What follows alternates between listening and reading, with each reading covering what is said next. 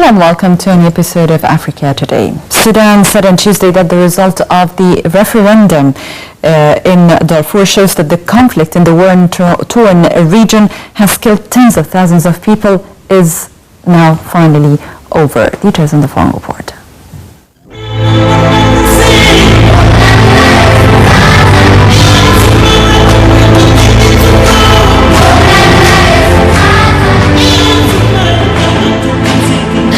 The vote on whether to unite Darfur into a single autonomous region was held over 3 days between April 11 and 13. Amin Hassan Omar, the official in charge of the Darfur file in President Omar al-Bashir's government, told reporters at a press conference in Khartoum that the page on the Darfur crisis has now been turned. He said, now they need to deal with the after effects of this crisis. In 2003, ethnic minority rebels in Darfur mounted an insurgency against the government of Bashir, who is wanted for alleged war crimes in the conflict, complaining of economic and political marginalization.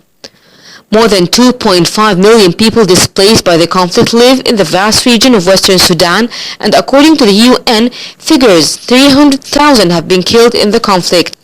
A united Darfur with greater autonomy has long been a demand of ethnic minority insurgents battling Khartoum, but rebel groups boycotted the referendum, calling it unfair. Bashir, whose ruling National Congress Party supports the five-state system, had insisted that the ballot go ahead as stipulated in a 2011 peace agreement signed with some rebel groups. Darfur was a single region until 1994, when the government split it into 3 states and later added another 2 in 2012, claiming it would make local government more efficient. Since 2003, parts of Darfur have been further destabilized by conflicts between the region's ethnic and tribal groups, as well as by rising crime levels.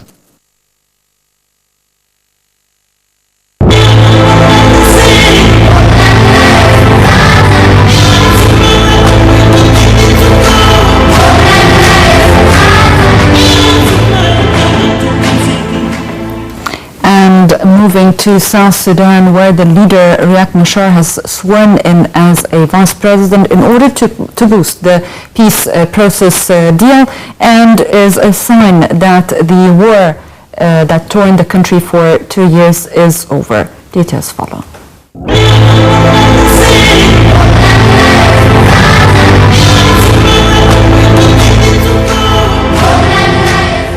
South Sudan's armed opposition leader Riek Machar has been sworn in as first vice president shortly after his arrival in the country's national capital, Juba, on Tuesday, 2 years after fleeing the city on the 15th of December 2013. A former vice president since year 2005, when South Sudan became a semi-autonomous government following signing of a comprehensive peace agreement CPA with Sudanese President Omar al-Bashir, Machar was sacked by President Salva Kiir 2.5 years later after South Sudan became an independent nation. He and President Kiir fell out over the future of the ruling SPLM party and its leadership, as well as over affairs of the government.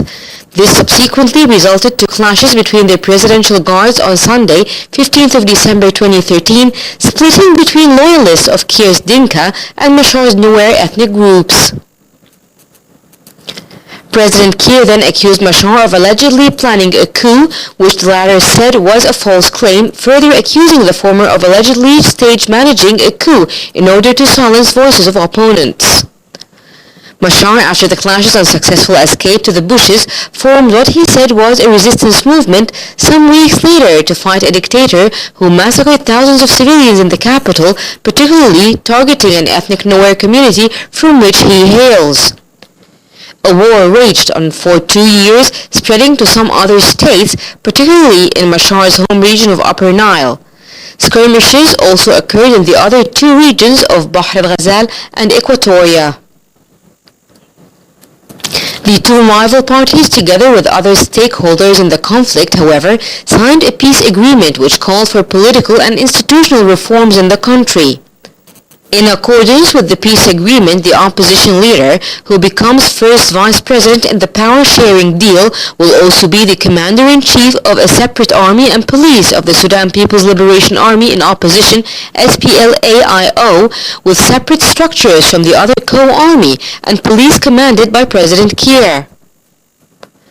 The two rival national armies and police forces will, however, reunify during the transitional period after achieving security sector reforms laid out in the peace agreement.